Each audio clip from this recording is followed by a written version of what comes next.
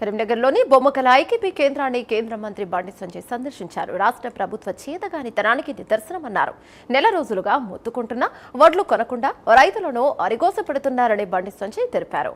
CM, మంత్రులు, అధికారుల మధ్య సమన్వయమే లేదని తలో మాట చెబుతూ కాలం వెళ్లబుచ్చుతున్నారన్నారు. తడిసిన ధాన్యం పేరుతో పెద్ద ఎత్తున కోత విధిస్తూ రైతులను దోచుకుంటున్నారని అన్నారు. వ్యవసాయం చేయాలంటేనే రైతులు భయపడే దుస్థితి ఉందని, పంట నష్టపోతే పరిహారం ఇచ్చే దిక్కు లేదన్నారు బండి సంజయ్.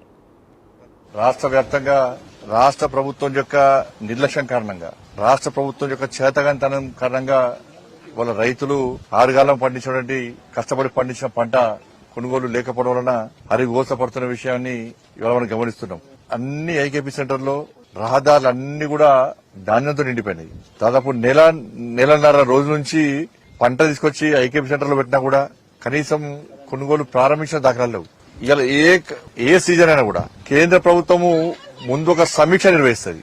సమీక్ష నిర్వహించి ఈ సీజన్ లో ఆయా రాష్ట్రాల నుంచి ఎంత పంట వస్తుంది అని చెప్పి ఒక ప్రణాళిక, ఒక నివేదిక తీసుకుంటది. దానికి అనుగుణంగా కేంద్ర ప్రభుత్వము రాష్ట్ర ప్రభుత్వాలకు సహకరిస్తూ వస్తుంటది. ఇది ప్రతిసారి జరుగుతున్నటువంటి ఒక పద్ధతి. కానీ దురదృష్టవశాత్తు తెలంగాణ రాష్ట్ర ప్రభుత్వం, తెలంగాణలోని కాంగ్రెస్ పార్టీ ప్రభుత్వం మొదటి నుంచి కూడా నిర్లక్ష్యం.